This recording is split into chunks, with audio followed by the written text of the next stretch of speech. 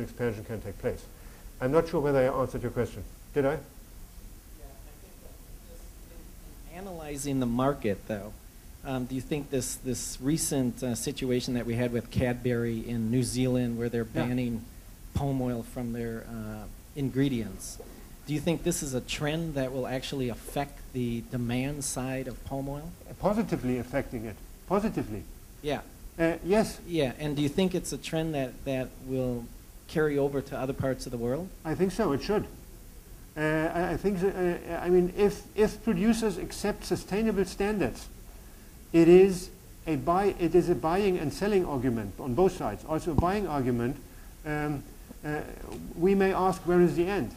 And we may ask, can we? Do we have enough capacity to? How should I say? This is a luxury good. They would say we want to produce on a sustainable manner. Do we have enough land to do this, or should we concentrate more on maximization of yields, slightly neglecting the sustainability issue? We probably cannot do both.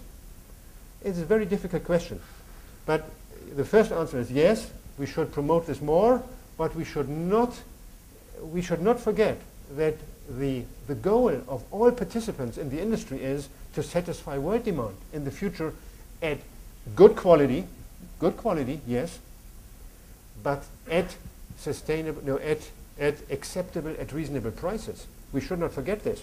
And our discussion in Europe is on a very top level, and this may not be fair for the developing countries at one point. Okay, please. Tom, you were mentioning that use of edible oil as a source for biodiesel cannot solve the energy problem. And I was wondering if you thought there was another alternative source for biofuel. And if so, what is your opinion with regard to jatropha? Yeah. Jatropha is fine as a biofuel raw material for the producing country, but jatropha would not be the crop which solves our European biofuel needs. It should be consumed locally. As far as I understand, if you ship the oil, quality deteriorates during shipping, so you should ship the kernels. Well, what do you do with the residues? So there are a lot of problems. I was discussing this with a crusher who was very happy. He said, "Oh, I get my jatropha. How much do you get?" And he said, 2 containers from Ethiopia. No, Tanzania. 2 containers. How long can you crush? 3 days. This is not. I think jatropha is not the global answer. It is a regional answer. As long as it does not take away acres from food crops. Algae is a potential because it's not done on food areas. But we probably have to look at other sources. We have to look at third or fourth generation, rather looking at the residues and not at the food like vegetable oil. We need the vegetable oils in increasing quantities for the food market. And if I look at all the targets which has been announced for 2012, 2015, we would have to double consumption of oils and fats for biofuels from the current level until the year 2015. And I'm afraid we may not have the quantities. So I would warn everybody investing in biofuel capacity, also considering that current capacity in biodiesel is about 3 times of the current production. So we have an overcapacity already, and a lot of plants have gone bankrupt in Europe, for example. I think it's a very tricky, it's a very dangerous situation It's also dangerous because it's promoted by governments with government mandates.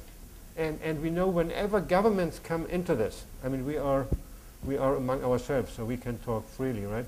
Whenever governments come into this, it gets difficult. And yeah, with rules and everything. Don't forget John. Questions for John, probably. Thomas, you mentioned soybean meal might go down by $80 to $100 Yep. during 2010. What about production costs over that period of time? Let's call it the basis. So prices are going down. What happens to production costs in the U.S.? You mean soybean production costs? Well, I expect that soybean prices go below $8. I didn't say how much because I'm not sure about this. Simply because I'm not sure what's going to happen with oil. Oil has, when it comes to the crushing cost, oil has to finance a larger share of the crushing cost. At the moment, the oil value is very, very low. This oil value has to go much higher, probably to or beyond 50%, 50. So that the crush margin is there, giving the crusher the opportunity, the possibility to market the meal at lower prices to find demand. If the meal is priced sufficiently low, we are going to stimulate poultry production. Of course, easy. We have seen this in the past. But it's going to be a rethinking process because at this moment, soybean meal is very, very expensive. And from this, at this very high level, it's difficult to expand poultry production. So production costs in the US, John, could you? Production costs, what should we say? $5 something. What is the production cost at the moment? $5.40? $5 per bushel. Per bushel. It just depends.